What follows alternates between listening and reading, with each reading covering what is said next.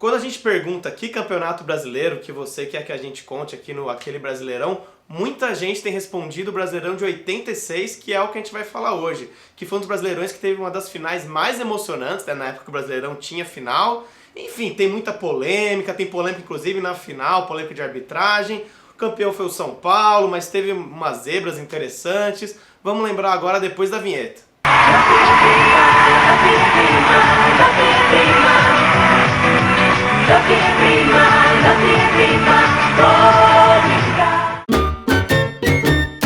Naquela época eram muito comuns brasileirões megalomaníacos, gigantes, com muitos clubes, e esse não foi diferente, foi um brasileiro com 80 times.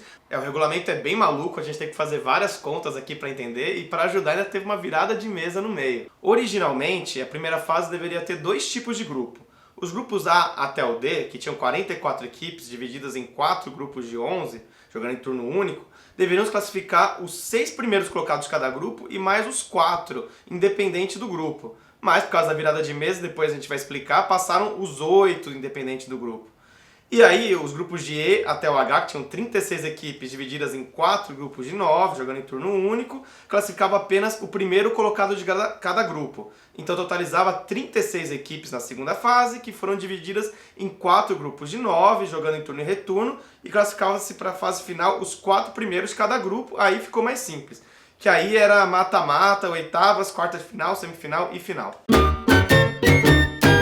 O campeão daquele ano foi o São Paulo, que conquistou o seu segundo título. Foi o campeão de 86, mas na verdade teve uma coisa comum no passado do Brasileirão. A final foi só em 87. E vale destacar que esse foi o grande título da geração dos Menudos do Morumbi. Um time jovem, envolvente, que ficou famoso no Paulista de 85, comandado pelo Cilinho, mas em 86 já era comandado pelo Pepe, que em 86 inclusive tinha comandado no primeiro semestre a Inter de Limeira, num surpreendente título paulista, que, né, que o time do interior conquistou, o primeiro time do interior campeão paulista. E aí, no segundo semestre ele foi para o São Paulo e conseguiu o título brasileiro em cima do Guarani. Vamos lembrar qual era a escalação daquele São Paulo, dos Menudos. O São Paulo foi a campo na final com Gilmar no gol, Fonseca, Wagner Basílio, Dario Pereira e Nelsinho na defesa, o meio de campo com Bernardo, Silas e Pita, e no ataque Miller, Careca e Sidney. Durante o jogo também entraram Manu e Rômulo, e o treinador era o Pepe.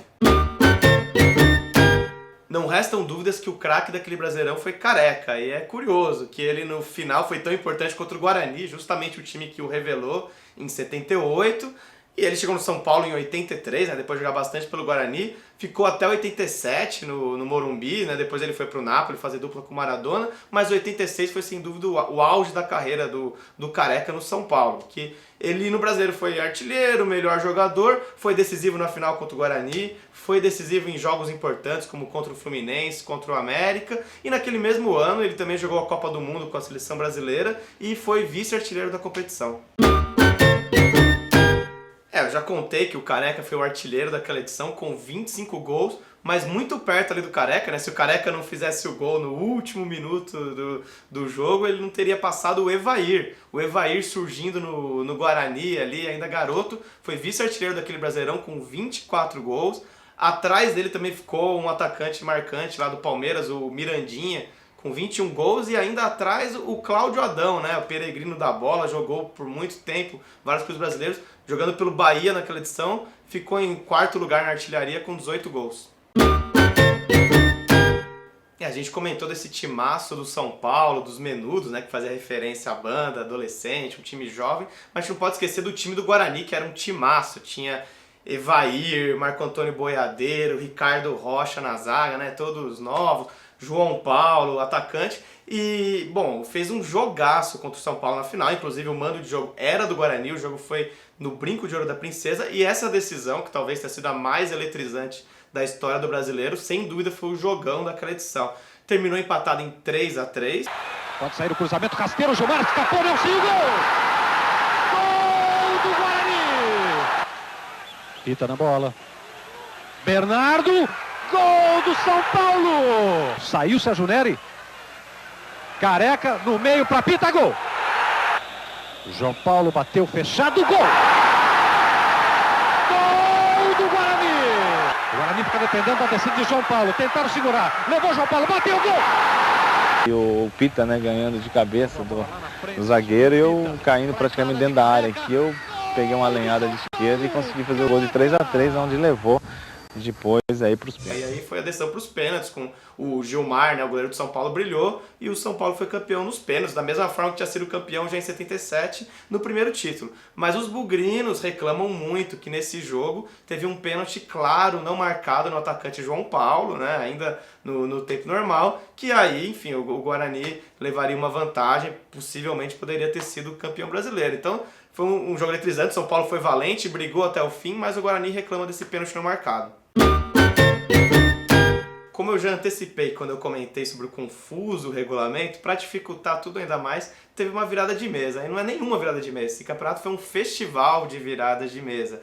Vamos tentar explicar, né? Primeiro sobre os classificados da primeira fase, que, como eu comentei, deveriam ser 32.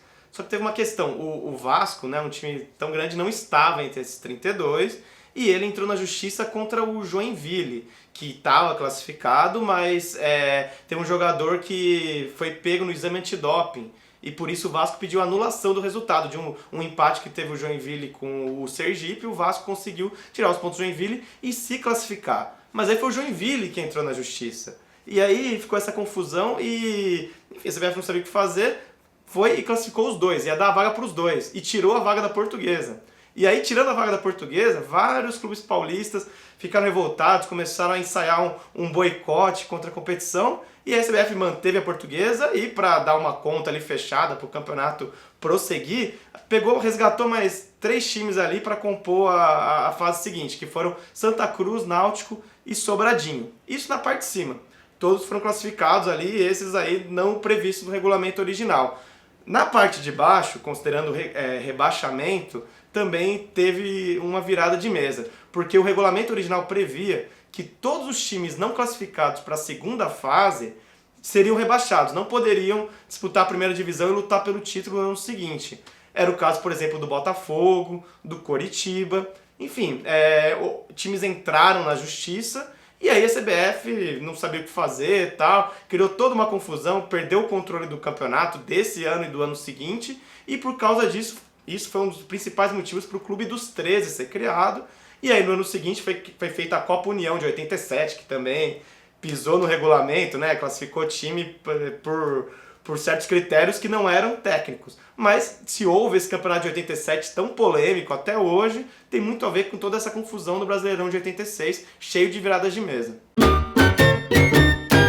A gente pode até dizer que Curitiba e Bangu, os surpreendentes finalistas de 85, foram decepções, porque no ano seguinte fizeram campanhas pífias, né? O Curitiba caiu na primeira fase, seria rebaixado pelo regulamento original. O Bangu ainda avançou um pouco mais, foi para a segunda fase, mas enfim, fez uma campanha muito fraca para quem tinha sido finalista um ano antes.